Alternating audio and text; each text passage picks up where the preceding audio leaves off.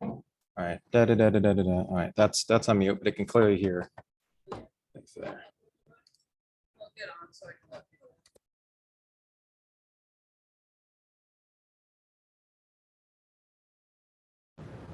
Cool. All right. Yay.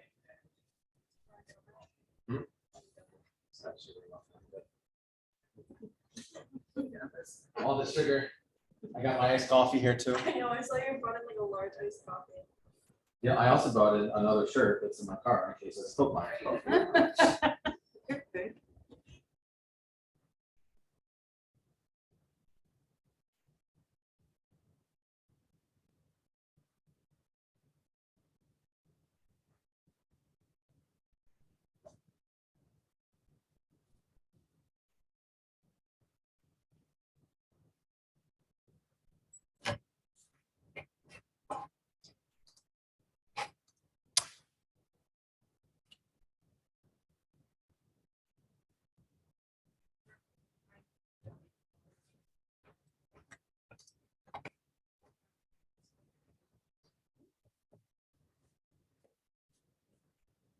So is this the default?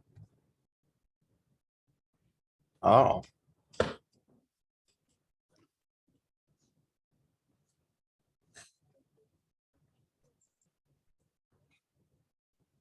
Any good days?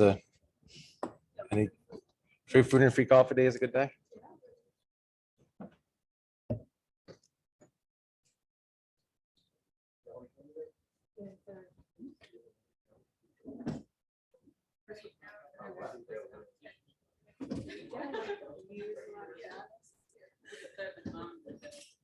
Oh.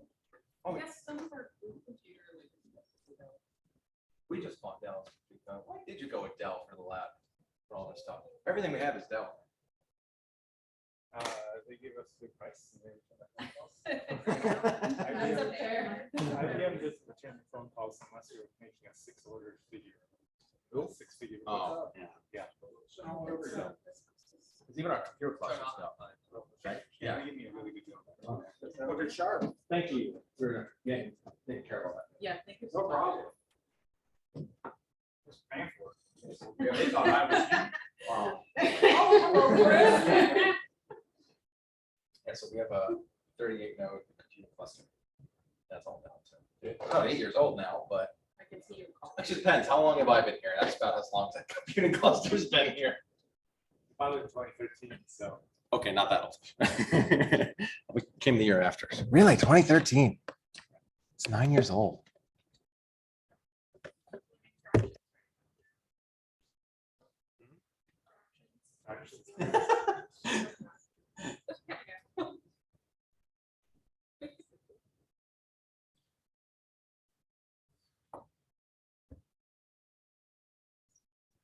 So you're gonna be sipping your coffee going for that. I can see it in the street. You know what? Product placement. Sponsored by Uncommon Grounds. This is an uncommon piece. I mean, when you move away, Uncommon Grounds probably will take a hit. Yeah. That's fair. I don't know what they're gonna have in the middle of the desert. Where'd you get your job? Huh? Where's your job? Oh, I got the post life in Merced. Percent, right? Yeah. I mean, it's more like chaparral, but you know, if you have it, It's like what? chaparral. Rushy. Yeah, Oh, yeah. it's the ecological. It's warm as a desert. Might as well. be. The houses don't. Well, yeah, you were looking at the houses there. When he said he was going, I was like, oh, I want to look at the house. So I went on Zillow. That's how I find it. I did the same thing, and They're it's nice like, houses. yeah, but everything's like above like 250 if you want like a nice house. Otherwise, if they're just trailers, Yeah. which is fine. Trailers? But for a 125, Welcome to California. I mean, it's not that bad. It's Yeah. like outrageous prices. no. I know, versus, considering like, what like, everything is now, it's like. not my house or city. It's more Well, farming so community. Nate and Steph bought theirs for 150. think when they got theirs. Their first one, right? Oh. Not their Yeah. second one. their No, first no, one. no, no, their second one, they paid 250, but that was right before the, like, beginning of the market going up. But I think their 150 home, I think they sold for 2, Yeah. so that's, yeah. Hmm? Can you remodel the kitchen area? Yeah, no, so, yeah, so we also redid that, yeah, that. Yeah, that's, we did that, so now I think about it. Yeah, but I bet he didn't spend. Yeah, 50K. now they did remodel a little bit, but not near as much as that, maybe 80 of it. I think they remodeled quite a bit, 'cause they said that a lot of things broke, like their heater Yeah. broke. Oh, and yes. They put, yes, there was a lot of work they did in the beginning when they first got the house. Yeah, really. When you walk, I don't know if the screen is trembling or if it's the. No, it's totally this. Oh, Oh, I don't know. yeah, it's moving a little bit. It's just enjoys to bring your kids. Huh. Because it's not gonna be the projector unless you have Well, like, the camera's right there, so unless, yeah, I don't think so. yeah, but you see how it stops and then it goes again? I think it's the same resonance that you get with our fan in the bedroom, and I think it then vibrates it and it goes up. And then away from It's like that. from just here for some passive. No, I think it's vibrations from the fan and the projectors. Hey. That's where the minutes are.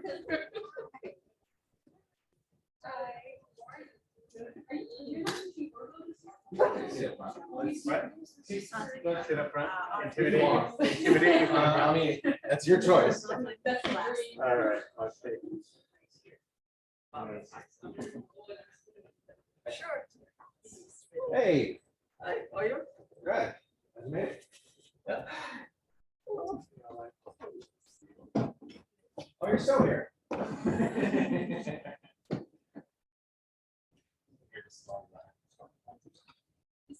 Actually, no, he's a year earlier. That is my understanding, yes.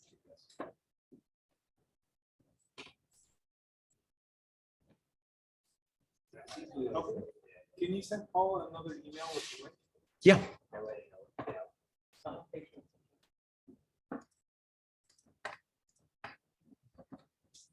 They lose the email. No. All right. She couldn't Oh, I find the didn't know email. you got some there. I got you.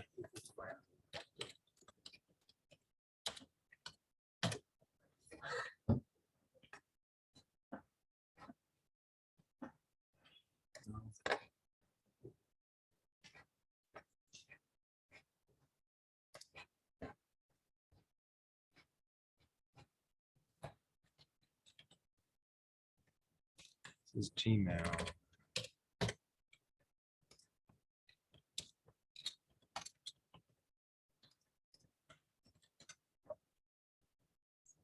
It's actually me. Oh, there's There's a nothing- lot of unread emails there.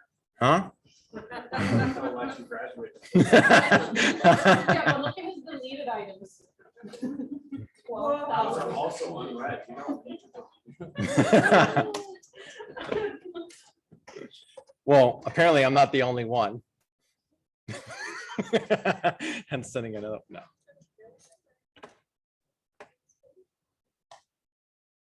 What? Just looking through your. That's all I do, just reading through all your emails. Oh, yeah. There he is. That's. Oh. That's the thing. Yeah, it's not coming up for, did it allow him to do it? Yes, is it? I mean, look at participants in the bottom. Okay, yeah. So they're there. Yeah, I'm not getting any notifications. So for some reason, your camera Okay. is actually watching the image, so if you're going to show anything to be possible for it, like if you look at the Dell, Right. it's written backwards. Wait, what? If you look at the screen, the Dell is written backwards. Oh, it's mirrored. It's mirrored. Oh. Well, that's fine, because I'm gonna, If you show yeah. your face, that's fine, but if you want to show something else, just look at it. Oh, yeah, no, I'm gonna share the screen for the PowerPoint anyways. Yeah, that's fine. Yeah, that was like- There is a way to do it. So I can't get the audio coming through here. So when there's the closed door section, so questions will have to be chat, like typed, but for the closed door session, I can just open up on my laptop for Paul to actually speak and stuff. Or if you have yours, then we could do that too. I don't know why it's not working. Like I couldn't even get this thing to work either, but so, all right. We got 2 minutes off.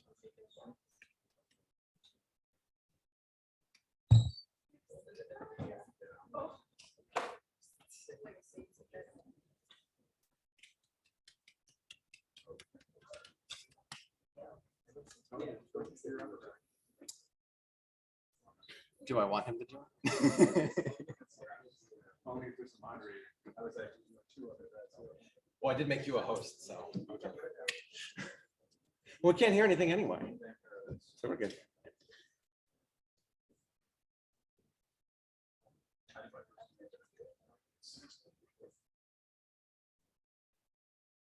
I would say that. I've been successful now. For the jack.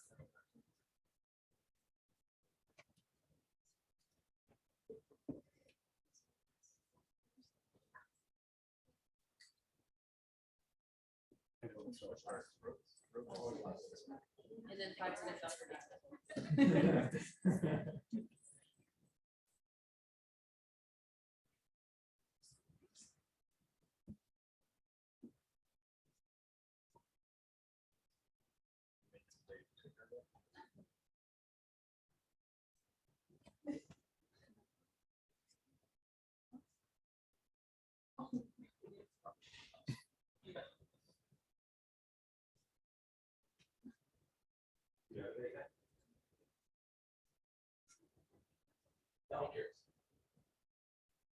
Not thinking about that right now.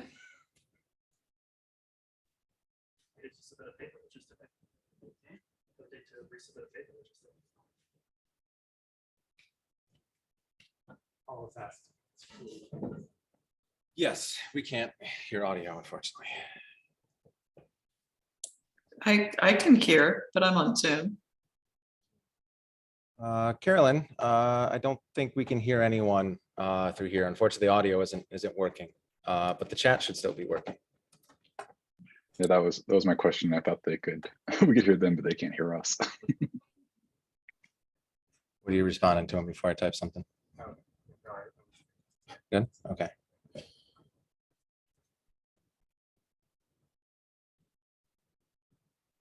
Can they hear you? Uh, Yeah. they can hear yeah, it should be. Shows up on the bottom too.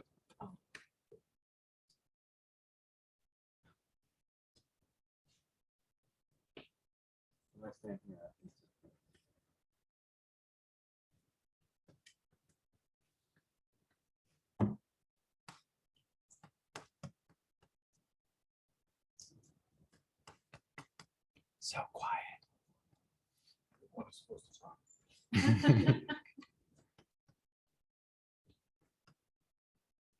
Do you want to get started? Or is, oh, okay.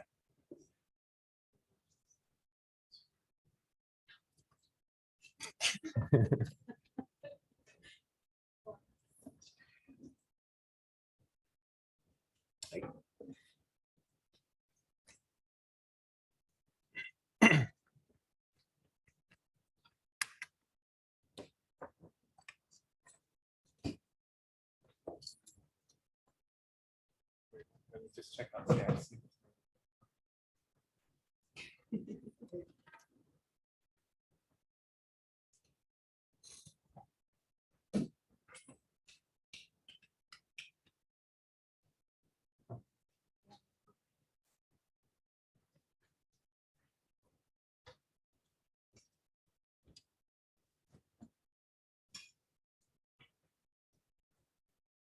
Just wait on the last track of the seats.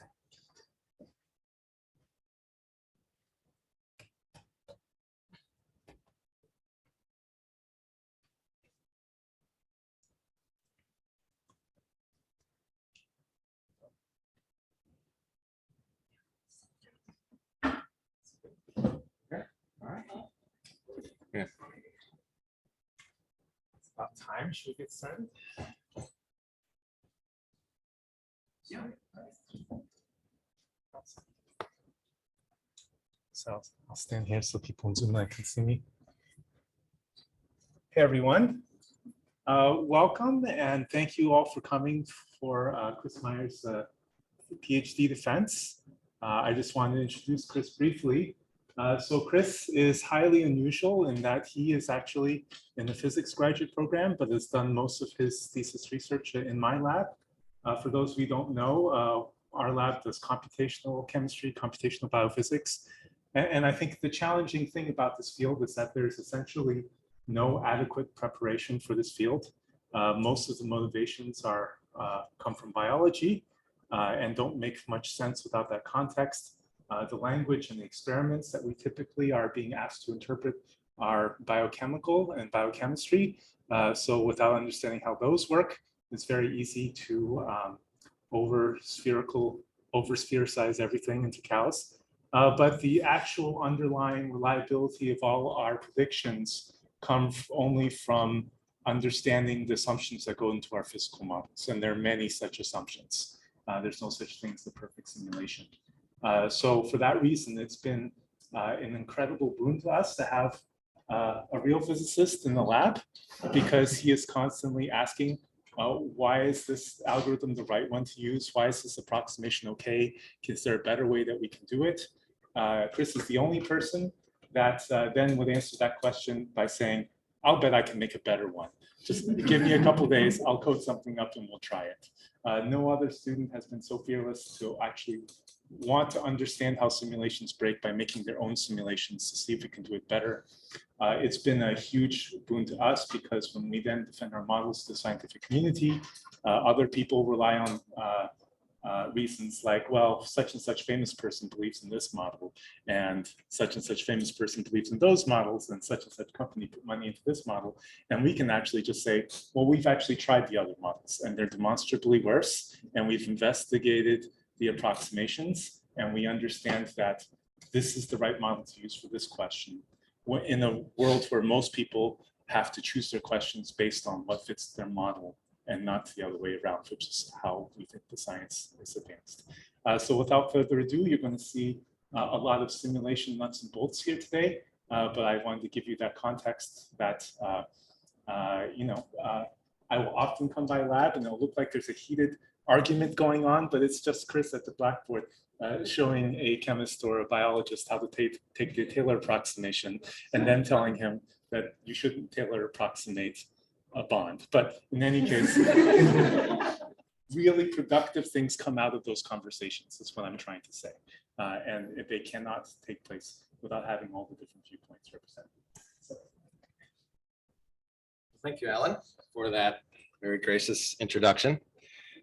So thanks everyone for joining me here today. And thank you to my committee for also being here and taking the time to go through my thesis and all its lovely details. Just gonna share this screen here real quick. All right. So I want to share with you today some of the work that we've been doing over the past few years on kind of both of these sides of computational chemistry, both fluctuate on density functional theory, as well as these more classical dynamics and molecular mechanics models. So if you asked me I don't know, 6 or 7 years ago or so, what a biologist or a chemist looks like, or what they kind of do on their daily basis, for someone who studies, say, RNA, for example, I probably would have given you an explanation of someone wearing a lab coat, standing in front of a lab bench, running some sort of physical experiment on an instrument. But I definitely wouldn't have given you the description of someone who is instead running simulations of these same systems. And that is actually what we end up doing in Alan's lab. So instead of running physical experiments, we run these theoretical and computational based experiments, and we can choose whatever solute we want to simulate. We can add solvent and ions and whatever concentration we choose. We can add pressures and temperatures to the system. And then when we run our theoretical experiments, what we get are in essence trajectories and motions of these molecules evolving in time on the picosecond and nanosecond time scale. And we can watch different conformations come out of these simulations as it evolves and base pairs form and break and all sorts of stuff. Now, this will never be a complete replacement for experiments and actually measuring what nature's telling us. Oh, you're doing that, okay. You can just stop the video maybe, because it's not really, if you just stop it, then we'll have the whole screen. If you just stop the video. Stop the video? Minimize it. Oh, yeah.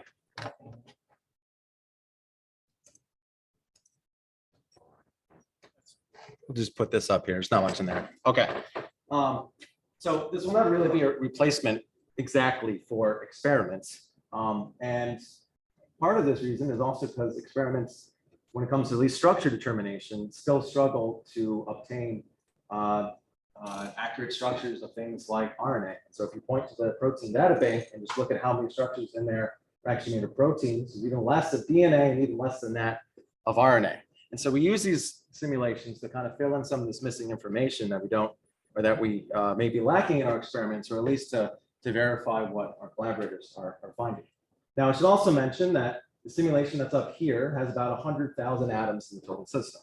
So now this includes not just the nucleic acid, but also all the solvent molecules that are in our simulation, waters and salts and stuff like this. But the way that we can get a reason we can get away with simulating such a large system is because we use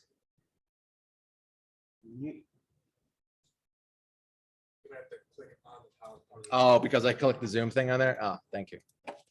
Okay, there we go. All right, no more technical issues. It's because we use these very simple models, which are basically ball and spring models for things that are bonded, and basically physics 2 Coulomb interactions for partial charges that are all along our molecule. So what we're interested in are just movements of nuclei positions. And so instead of dealing with all the intricacies of the electrons and their spins, take for example O2, which the ground state is actually a +1 spin state. Without dealing with all that, we can ask what the energy would be to stretch this bond. And we'll talk about that a little bit later today, what these methods are that we use. But we find a harmonic approximation, like these Taylor approximations that Alan was just mentioning earlier, actually work out fairly nicely. So in some cases, I would say, yes, we can Taylor approximate a bond. Of course, if you want more detail, we can also use more advanced models and fit the rest of this. But the point here is that what we're using these classical based potentials, these scalar potentials, so we can propagate them using just Newton's equation of motion. And we're not just interested in single microstates, we're also interested in more of a thermal ensemble at either fixed pressure or fixed temperature. So we also have different forces we add on for this. But the point is for these molecules to jump around thermal phase space and sample all the different configurations. Now, all these parameters here, these charges, the spring constants, the van der Waals radii, all of these kind of go together into what we call a force field. So the force field, or a common one that we use for studying RNA, is called the Amber 99 force field. And this 99 actually stands for 1999, which is the year that most of these parameters were assigned. There's been some minor improvements over the years, but the majority of them are still in this force field. And if you're not using this force field, if you're using another set, you're still probably using these 5 types of basic energy terms to simulate your systems. But these were also chosen 20 years ago when we didn't have the computational power that we have now. And so there's no reason why we need to continue to use these models. And there are more sophisticated methods. And we can look on kind of the other side of computational chemistry and look at the quantum mechanics of molecules. So instead of solving Newton's equations of motion, we solve some sort of eigenvalue and Schrodinger-like equation instead. But what's different with these is that we don't have to specify things like bonds or what is charged. Aaron likes the joke that when it comes to the lab, that physicists don't believe in bonds. Well, in a way, we kind of don't. We believe in quantum mechanics. If something should be bonded, as long as we're okay with the model that we're using, then when we solve for all of the electrons in our system, it should put the right amount of density in between the nuclei. It should tell us what's bonded and where partial charges should lie here. So it's a much more broader, general, I say fundamental type way of looking at chemistry. But what's also special about it is it's very system independent. We can look at, say, either water systems, or we can also look at crystalline structures and use the same model and same theory to study either of these systems. Now, the reason why we don't use these methods for everything, although we'd like to, is really due to the computational cost of that. So if we take, for example, a 400 atom hairpin, And we asked how long does it take to actually compute an energy and a force with a very, very simple version or approximation of quantum chemistry. It takes about 140 seconds. But we need to do this thousands, tens of thousands, millions of times over. And there's no way we'd be able to simulate anything even larger than this, let alone adding solvent to the system. And that's why we turn to these just cheaper classical type methods instead. And so there's kind of both sides of the spectrum here that we're going to be exploring today. On one side, we have these really accurate, and I would say more fundamental methods of quantum chemistry. And on the other side, we have these very fast and efficient methods. But it really depends on what type of problem that you want to solve. If you don't care about all the electron details, then sure, we can sample over phase space a lot. But if maybe you're just looking at a ground state, well, then you can get something that's based on quantum mechanics instead. But even with nucleic acids, it's still not very clear where this lies. So even something like hydrogen bonding that we care about with basically forming what allows it to form helices and stacking that gives it stability as we go up these lattices. Even these, although they're usually treated as, or just thought of as electrostatic interactions, there still is a lot of polarization and charge transfer that goes into these models. Even things like polar repulsion, there is no art of the 12th repulsion term that we include. This is the result of imposing orthogonality between all of our electrons. So it's not really, so even though we're using these classical methods to study molecules like this, we're still trying to replicate quantum mechanical phenomena. And so the way I kind of look at this is on one side, you have, quantum chemistry side, you have a coffee, kind of the purest form of a bean without chewing on raw beans that you can have. But someone may not prefer this. Maybe they like the taste of coffee, but they also, maybe they want coffee flavored ice cream instead. But it really depends on what your preferences are, either on maybe what your problems are that you have to solve. I'm not going to start today with a pint of ice cream in my stomach. I'm going to use an iced coffee instead. And so maybe you want to study something that's kind of in the middle. And so it depends on really how much cream and sugar you add to this coffee. Do you turn it into an ice cream? Or do you remove it and get something more fundamental? And so we're going to look at something called polarizable force fields today, which we feel kind of falls in between here. That still is going to have this classical mechanics efficient type feel to it, but tries to cover more of these effects that we get from the quantum chemistry description of molecules. And so I'm going to try to show you each of these three sides from the various projects I've worked on, but I also want to use them to introduce some of the approximations and the principles that go behind either classical based models, in this case, it's going to be on ion mobility spectrometry, or that go into the quantum chemistry models. And this is some materials work we've done. And then we'll kind of put both of these things together and then go and look at this model we've been developing over the past couple of years called the fluctuating density. So let's start with the ion mobility stuff. So this was a collaborative project with Daniel Fabris's group when he was still at the university. It's now at UConn, I believe. And so the way these experiments work is you can imagine this long cylindrical tube with an electric field that's constant and applies from one end to the other. Starts to sound like a physics 2 problem we're setting up here. But then we fill it with some sort of inert gas, either helium or nitrogen. And we electrospray our samples into at the very beginning of the apparatus. Now these samples will also have a charge in them, so they'll be propelled by the electric field through the apparatus. But depending on the shapes that they take on, whether they're a little bit longer or whether they're more compact, will dictate how many collisions they have with the gas particles in here, and will dominate how long it takes for them to traverse this instrument. So what we measure are arrival times. And each of these times then correlate to some structural information based on these molecules. Now we can write down for a very simple system like this what we would expect this time to be. And it's proportional to this object called the collision cross-section. Think of this as like an effective surface area around your molecule. Now, these collision cross-sections are actually inversely proportional to diffusion coefficients. So this really is a mass diffusion experiment that we're performing. And the idea is to use, well, the framework that they had, the idea of that was to use MD simulations in conjunction with these experiments to get structural information.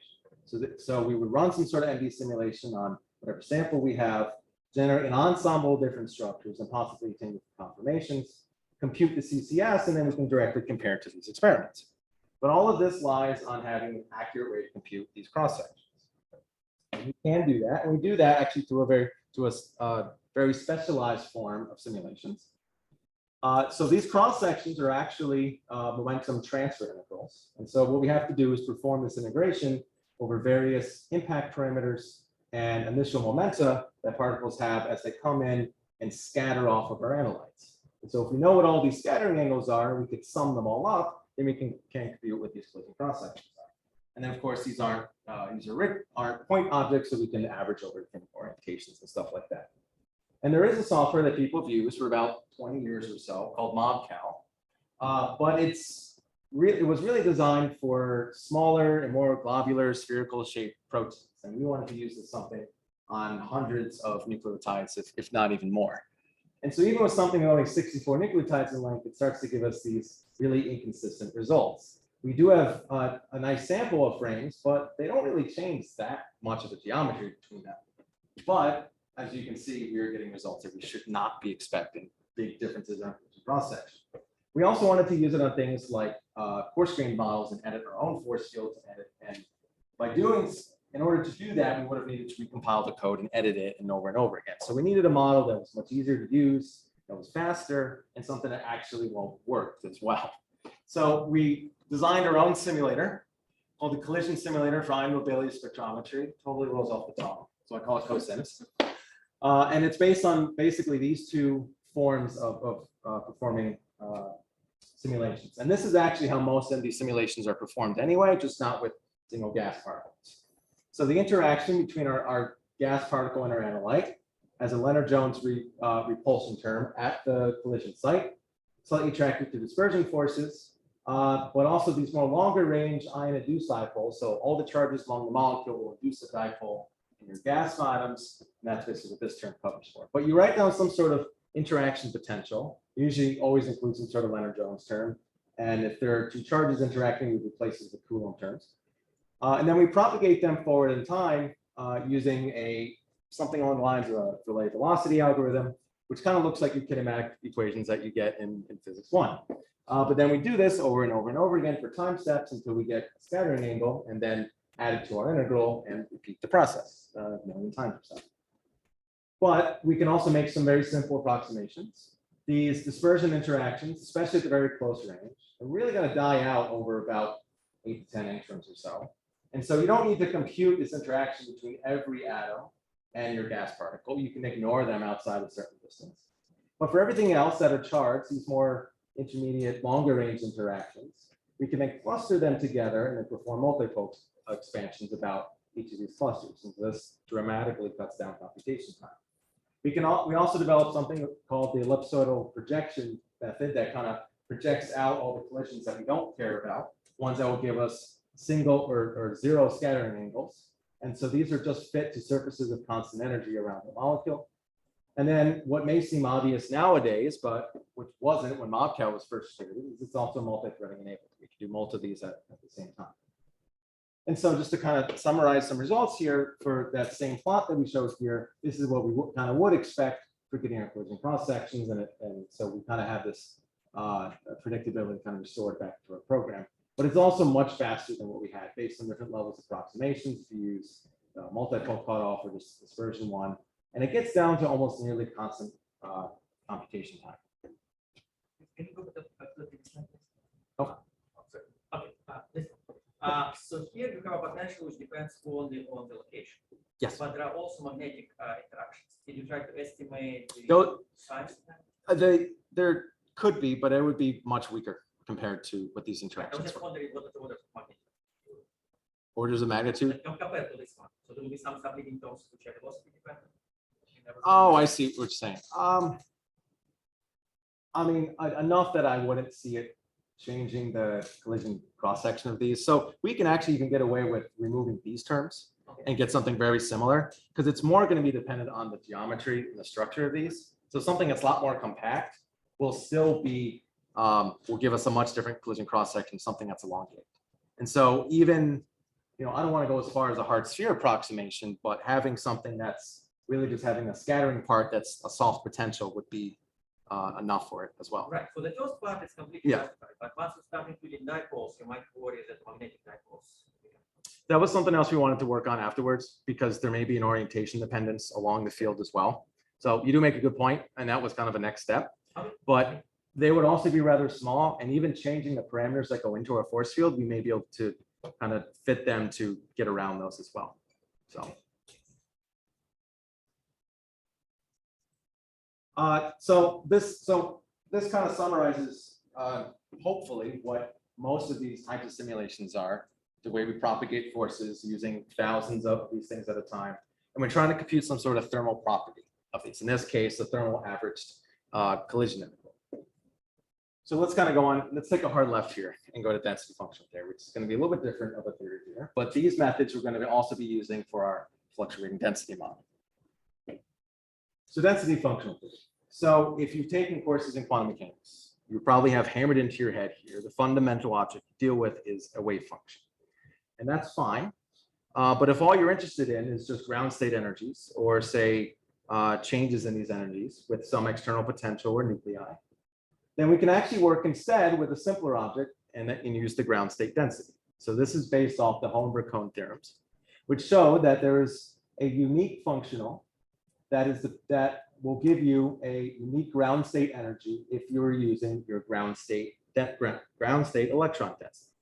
It's also a variational principle that says if we choose any other density that's not our ground state one, we'll get an energy that's higher. So it also gives us a way of kind of searching for better densities here. But if you're just interested in energies or even interaction energies, then we can get away with not having to use this large wave function, at least in theory. Now, the only solution that's solvable still is the hydrogen atom. And so everything else still needs to be approximated in some sense, but this will give us some direction of where we can make those approximations.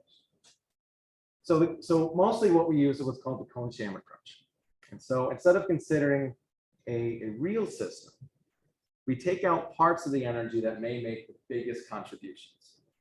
So if instead we consider the non-interacting electron system, we know how to write down what its total density would be. We use these are considered orbitals, it's more of auxiliary functions we use. But we can write down what its exact kinetic energy would be. And then we could say it's in the potential of, say, the mean electron potential, as well as whatever external potential that's there. And the remaining part of it that's left over should be everything else due to electron correlations, exchange forces, and everything else. But this should be a lot smaller than our total energy. And so if we have to make approximations, we can focus on approximating this in the total energy. Now, I am not going to be going into how we make these approximations. That is a whole talk for probably an entire week to go over. But I do want to point out that what these methods are able to capture are mostly electron correlation effects. So if you look at the Coulomb interaction between two electrons, this is the interaction of one density interacting with the average field from all the other electrons. But if you already know there's an electron here, electrons are fermions, so they have the same spin, or at the very least are both negatively charged, the second electron should be found much further away from this first one. And so really we should be using a correlated probability distribution based on where this electron is. And so this is really what these density functionals try to get right. And so this whole scheme here, this Kohn-Sham scheme, has really revolutionized quantum chemistry. And it's given us methods that can reproduce some of those experimental results that I showed you right back at the beginning. But what's also powerful about this is that you see how in this method, there's nothing that says what is hydrogen or what is an oxygen atom or what is something that's bonded. We'll go in here as a potential, but we can use it on any kind of system that we like, even if it's a combined organic and inorganic system. And so instead of coming up with force field parameters and checking that they work and having a very system specific model, we can use this to study more complex things. So this was a project that we had with Jeremy Feldman's group. We're interested in these zinc selenide layered hybrids that have pretty interesting electronic properties that potentially could be used as white light LED sources. So a layered hybrid just has an inorganic layer, in this case zinc selenide, sandwiched between two protective butyramine organic layers. Now I call these protective ligands because when they're exposed to the air, it's easily oxidized by both oxygen and or water that's in the air and O2. Now at the layer-layer interfaces, these methyl groups will basically just interact through mainly van der Waals interactions. But these aren't the only ligands that they wanted to study. And instead of having a methyl group, we can replace them with a hydroxide cap instead, so that at this interface, now these atoms will be interacting through hydrogen bonds and potentially act as stronger protective ligands. The thing that we didn't understand was that which orientation these would actually take as they interact with the material. We know from these ligands that we have experiments on that, yes, the nitrogen interacts with the zinc, but we also know from its oxidation properties that oxygen also will interact strongly with the zinc. And so we wanted to basically determine which way is the preferred orientation, whether it's the amine that coordinates with the surface or the hydroxide coordination. Now I want to use this as an example of how we compute interaction energies. I'm using this on a zinc solenoid surface, but in principle, this can also be used for, say, nucleobase interactions. So let's say you want to look at the energy of one ligand interacting with the whole supercell. That is the energy to take one ligand away. We can look at this as a combined system of just the ligand, plus the system that doesn't have the ligand, plus some sort of interaction between these two. And that will give you the total energy of the whole system. Now this we can compute, this we can compute, as well as this. So if we run 3 different simulations or calculations, then we can just solve whatever this guy is here. And we can do the same thing for other ligands. So we can look at ligand-ligand interactions, solve for this interaction energy. And then the interaction with just the material surface would then be by subtracting out these self-ligand interactions. And what we find is indeed it was the amine group that coordinated more strongly both with the material, but also with neighboring ligands as well. And this ended up being a result of looking at its geometry. And so with these calculations, we ran, these are energy minimized ground state systems. So if you turned off the temperature of a system, this should hopefully be what the whole system would relax to. And what we find with the amine coordination is there's more hydrogen bonds that form, although it's just slightly beyond what you get with the oxygen, but having twice of these would be much stronger with the selenium than we would if the oxygen was coordinating with it. And then at the layer-layer interfaces, we actually have closer hydrogen bonds than we would with the amine one. And so we also kind of get those strong interactions here versus over here. And so these types of interaction energies is what we're going to be using with our final system. And so this was more of an example of how we can compute these things. But this was also based on an inorganic and an organic system, and we didn't need force field parameters for it. So the goal here is to take these types of calculations, apply that, and then try to derive a model for classical mechanics, and that we're going to call the fluctuating density model. So as a little bit of a reminder, what we're interested in looking at are the interactions between nucleobases, either hydrogen bonding with each other or stacking with each other. Now, these traditional models that we use for our MD simulations have really just 3 terms: Coulomb interactions, dispersions, and polar repulsion. But atoms are not point charges. We didn't choose this because we thought that's what atoms were made of. We chose them because that's what we could have computed at the time. But we know that they're actually have more structure to the electrons or smeared out densities, only point nuclei. But even things like polarization is not actually put into these models as well. And that does have a big contribution to hydrogen bonding.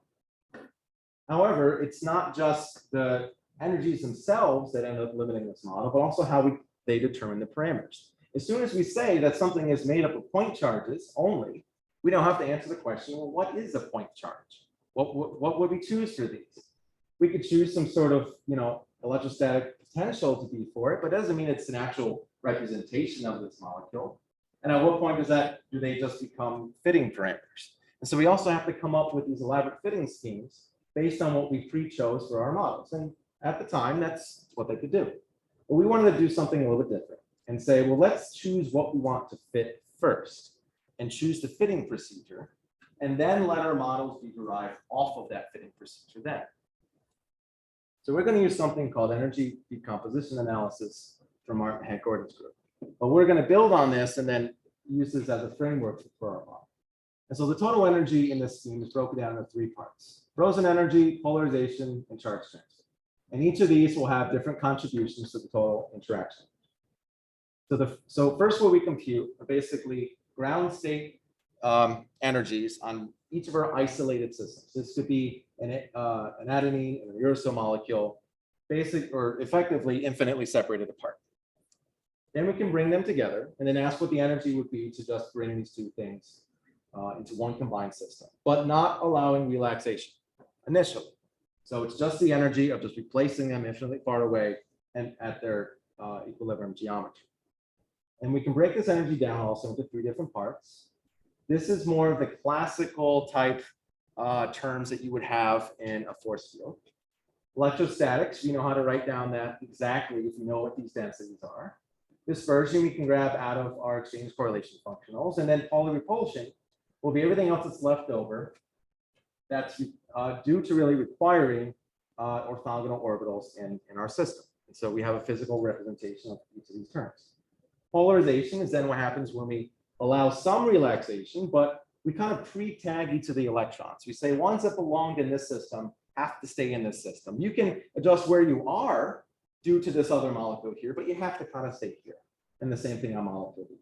Now, eventually we have to relax the total system and allow electrons to be found anywhere in the molecule.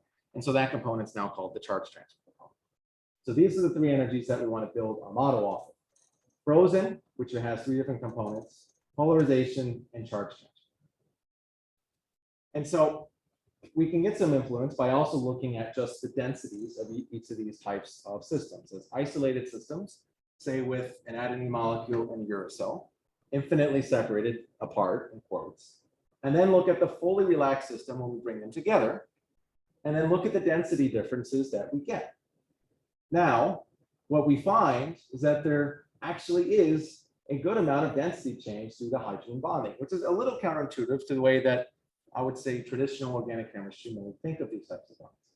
But it's also not a very large amount considering that we have 128 electrons, but it does contribute about half of that interaction energy. And so small changes in electrons actually contribute or can contribute to very large energy changes.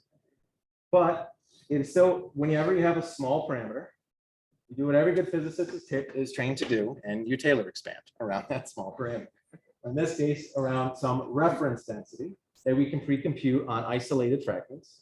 And then we go to second order and changes of each of these electron densities, these delta x. So what we get out of this model is that our frozen interaction energies. So this is that Coulomb part of the frozen energy. We have first and second order contributions to polarization, frozen densities inducing polarization in the opposite fragment, and then their interactions. But what we also get out of this is a term that basically limits the amount of polarization due to just having frozen energies nearby on top of these molecules. So when there's overlap on here, this is mostly due to kinetic energy effects, will actually restrict the amount of polarization that occurs. Yeah. So here you have expansion using the powers of m. Yeah. But sometimes you look also gradient expressions. Yes. And you have n gradient and so on. Right. Are those surprised? So we're grouping the kinetic part and the exchange correlation together because the majority of the energy is going to be represented by the kinetic energy. But when you look at those exchange correlation functionals, that is something that they do. And there's this different rung system of approximations they use. That, you know, the very basic one, which is kind of how you can get those same effects in kinetic energy, is from just evaluating just the density, and then you can do gradient expansions and stuff like that.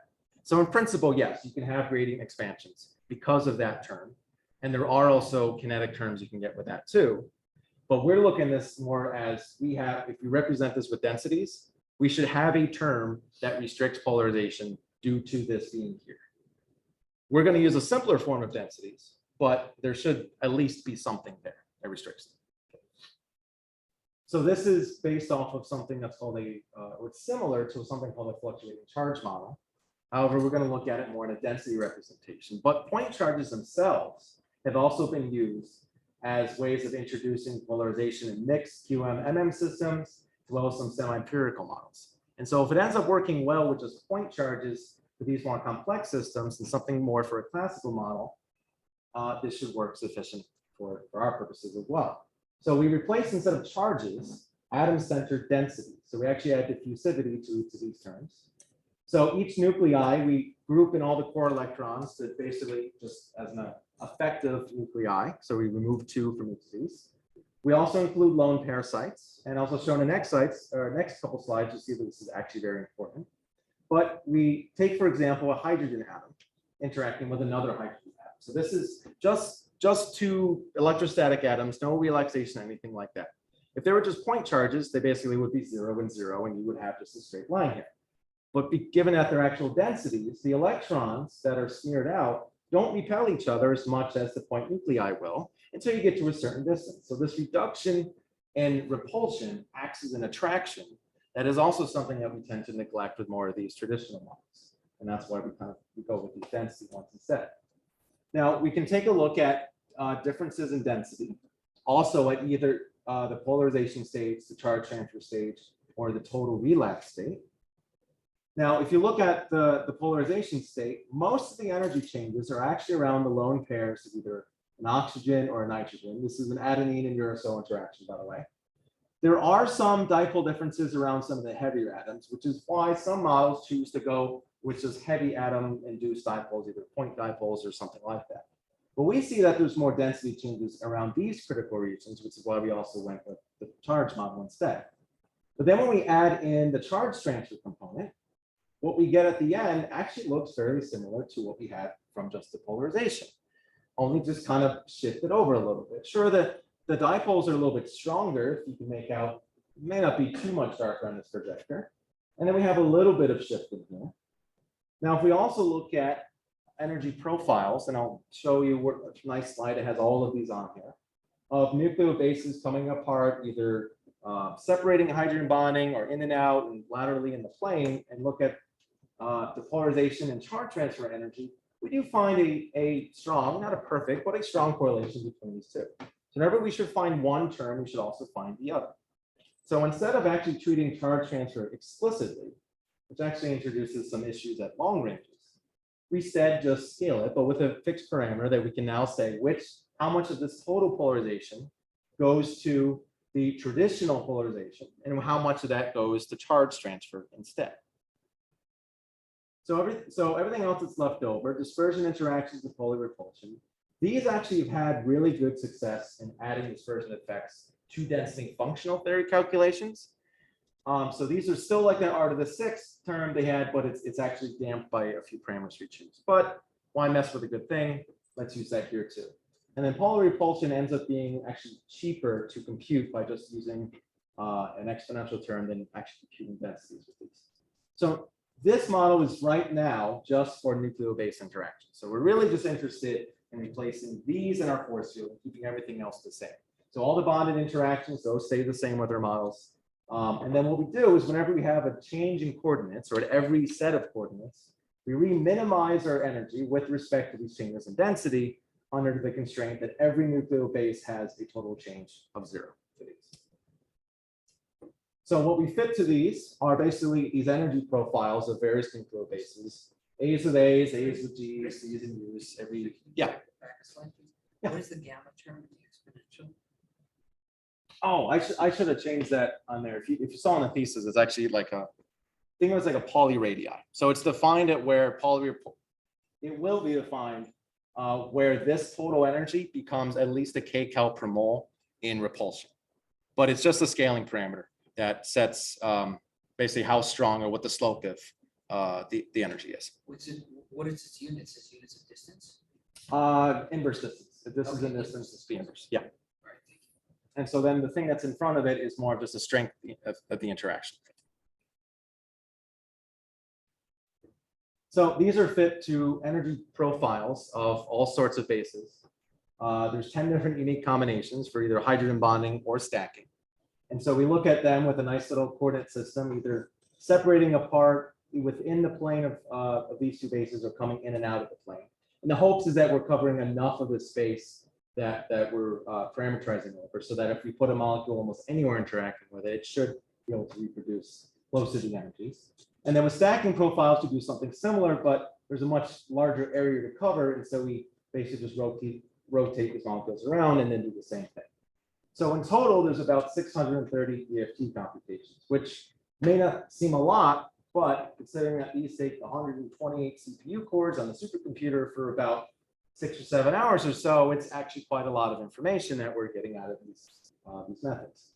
So just a few results I have left here. When it comes to our polarization energy, either at just the polarization term, even with the charge transfer, remember it's a fraction of the polarization, or there's some, which is really what we're fitting to, matches extraordinarily well with these. And the slope that matches very nicely also has to do with the fact that we're using dense atom-centered densities and not this point charge representation.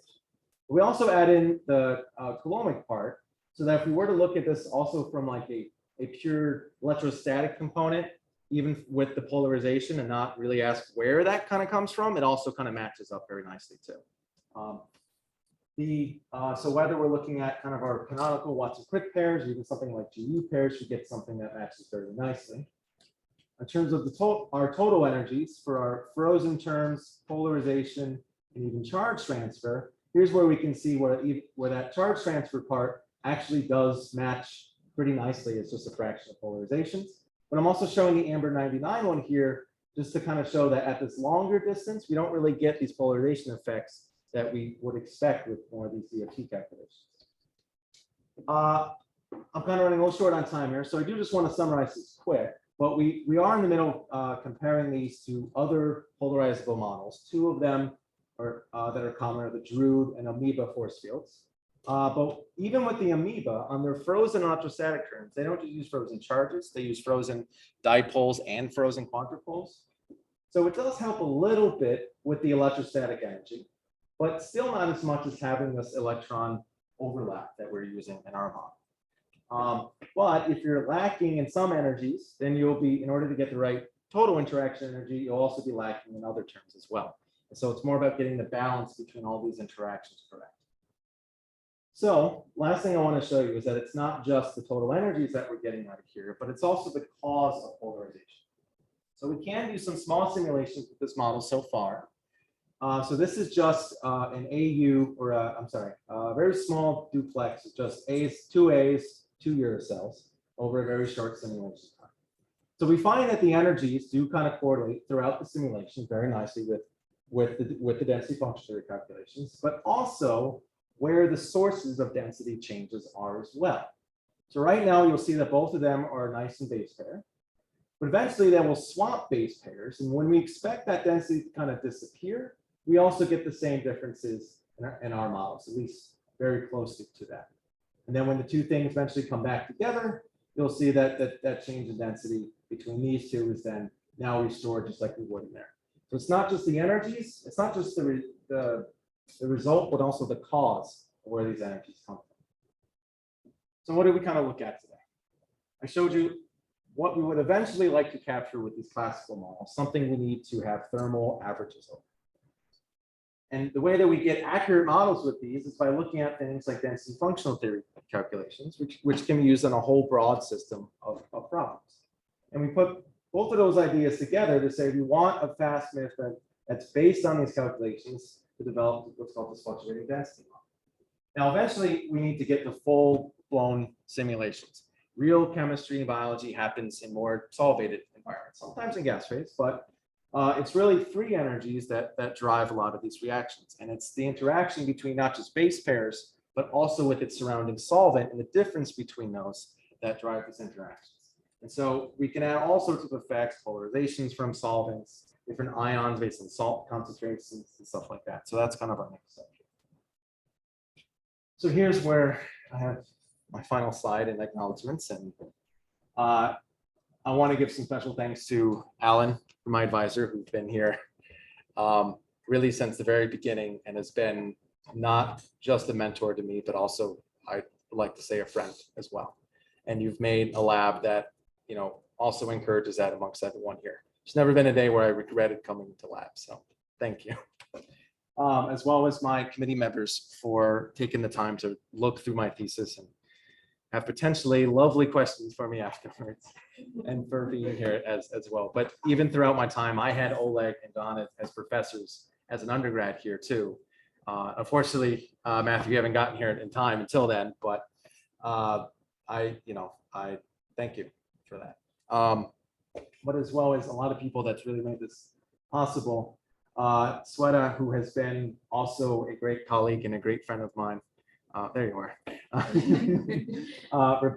Dr. Vestazito now, who's been on many of these projects. He's been through this grad program just as long as I have. So you beat me to it. By a month.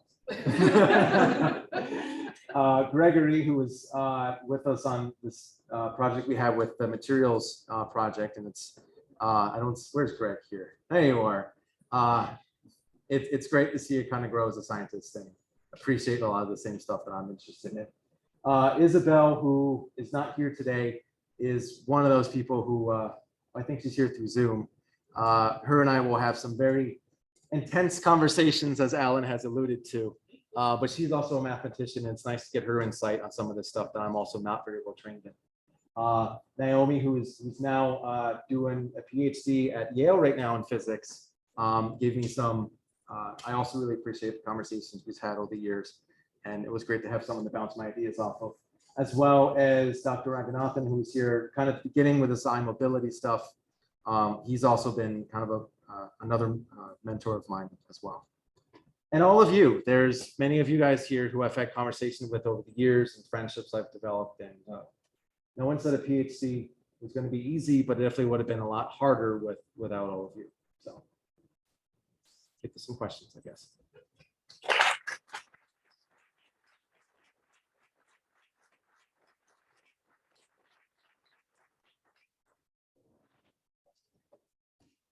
Great. So now the floor is open for questions for the audience.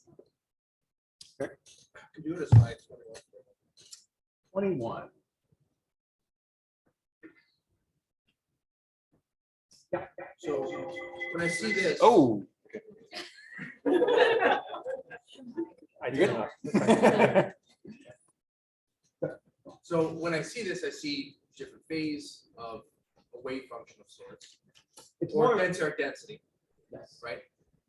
And traditionally, when I've seen these types of densities, I'm looking at a HOMO or a LUMO, because those are actually electron orbitals.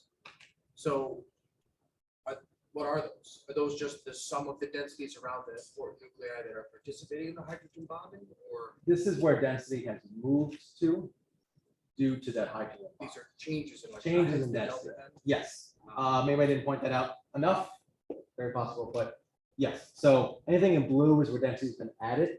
So this is where that charge transfer part is, where it's been added kind of in the middle, but it's very close to the lone pair and the nitrogen.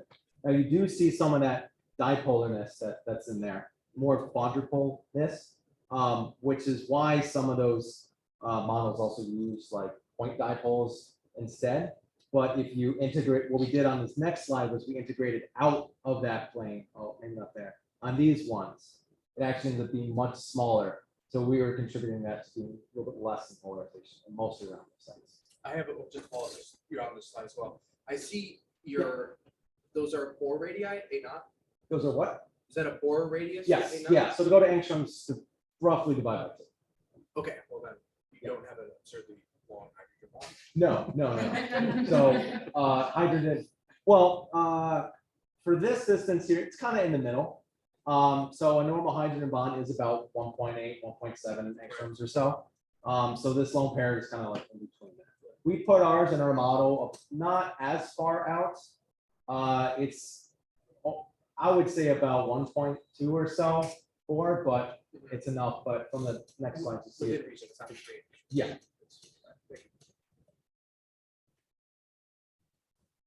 Slide 21, because there was actually, that reminded me of something confusing. Total number of electrons, 128, but aren't Yes. there a lot more electrons than that? You have a lot of atoms inside a lot of molecules that just. Oh, valence just electron? for an adding in a uracil. Just those two Ah, okay, together. okay. Yes. So all the atoms you're seeing here, that's all that was in the calculation. Okay. Yeah. Even just adding in uracils, aren't they each a lot of individual C's and H's and O's are a lot more electrons? So is that just the valence or just? the No, core that's electrons? that includes the core. That's all the electrons in that? Yeah. And it's actually even less than that for the number of orbitals we deal with, because we assume they're doubly paired up too. So yeah. Slide 26. Yes. Yeah, so there you mentioned the C value is related to like the strength of interaction. Yeah, for the Pauling repulsion, Okay. when you look at? Um, Yeah, these are Well- basically just scaling coefficients that make So how strong. essentially that like paired with the next slide, I was thinking, so you have a ton of different base pairing partners and a ton of different base stacking partners then, right? Yes. And I think, I'm definitely not a physicist, I was trying my darndest to follow the math. But I think It's the all we can rest of ask. it is more or less like your model itself, and then is that then like a value that you can use to adjust the strength? Yeah, so these are assigned basically on every atom that's in our system. But I could be mixing them up, but I believe we may have chosen to just go with an element wise or type wise. So all oxygens may get similar parameters and all nitrogens may Okay, do. I think I understand. Yeah, and that's also something that's common in most force fields. As long as it has similarly neighboring atoms, then it may, works out nice to just have fewer less parameters. But yeah, it is something that's chosen on an atom basis. at least. I guess my question then is, what in your model can you change to adjust for differences that you see from experimental values if you were to like want So that- to yeah. fine-tune your model? So that would be something that we would love to get into with like the free energies. So these are all nice gas phase ones. Now, free energies in solution, there are some experimental values for those. They're usually in combinations though of base pairs. So it's kind of a combinatoric problem. But there's another component when it comes to that. That's also the solvent. So you could also adjust the solvent interactions with your bases and get some of these free energies. But I think it actually touches at a deeper part here that you can actually get both of those even wrong, base-base interaction wrong and base solvent wrong, but get the same free energy right. So here what we're doing is kind of fixing that term first, and then later I would love to look at like the free energies in solution and then fix those. That way, if we have something fixed, then hopefully what we're getting right with the solvent free energies, that also is a correct value to us.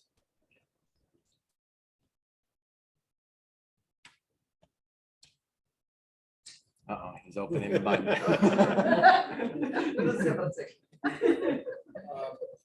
So you mentioned, just the last question, things about orbitals, what orbital basis set?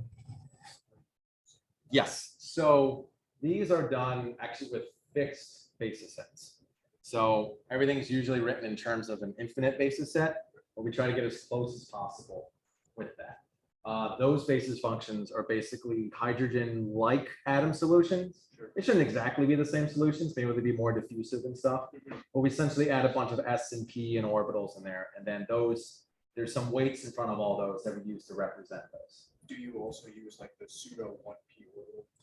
Pseudo. Well, I mean, Oh. because like some people give like. Yeah, like so second- that we actually use with the materials one, because when you get, zinc may not have much of this, but the further down the periodic table you Right. get, the more relativistic they get. Right. So instead of solving an actual Dirac equation, we pre-solve it in certain atoms and use a potential for that.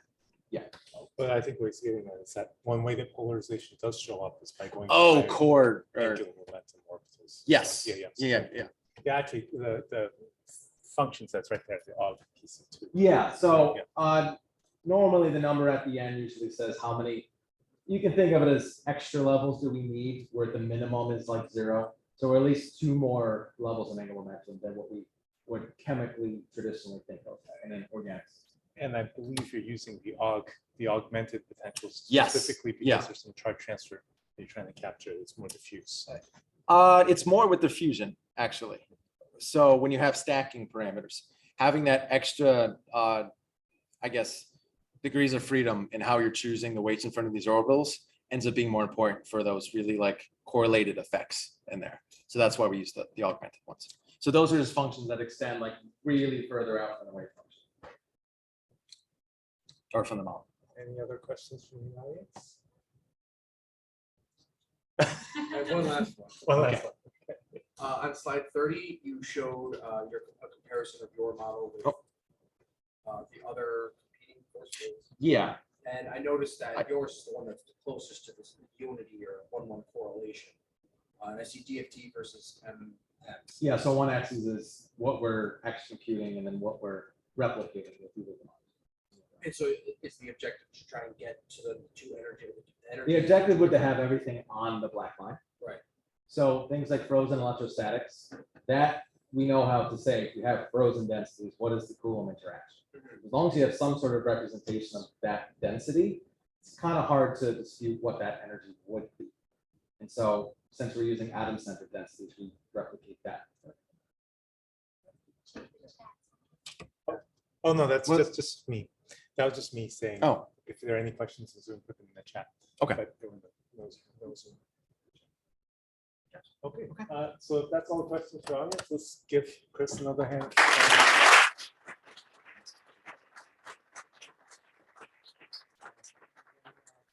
That will conclude the public portion of the thesis defense.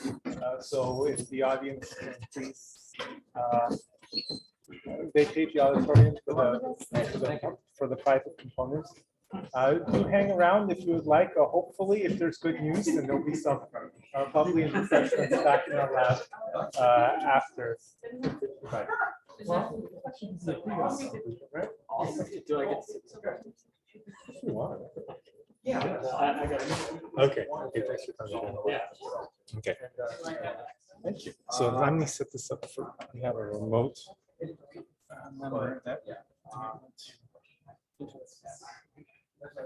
Okay. Okay, Paul, I am going to try and get the speaker working for you. Let's see. Oh, I should.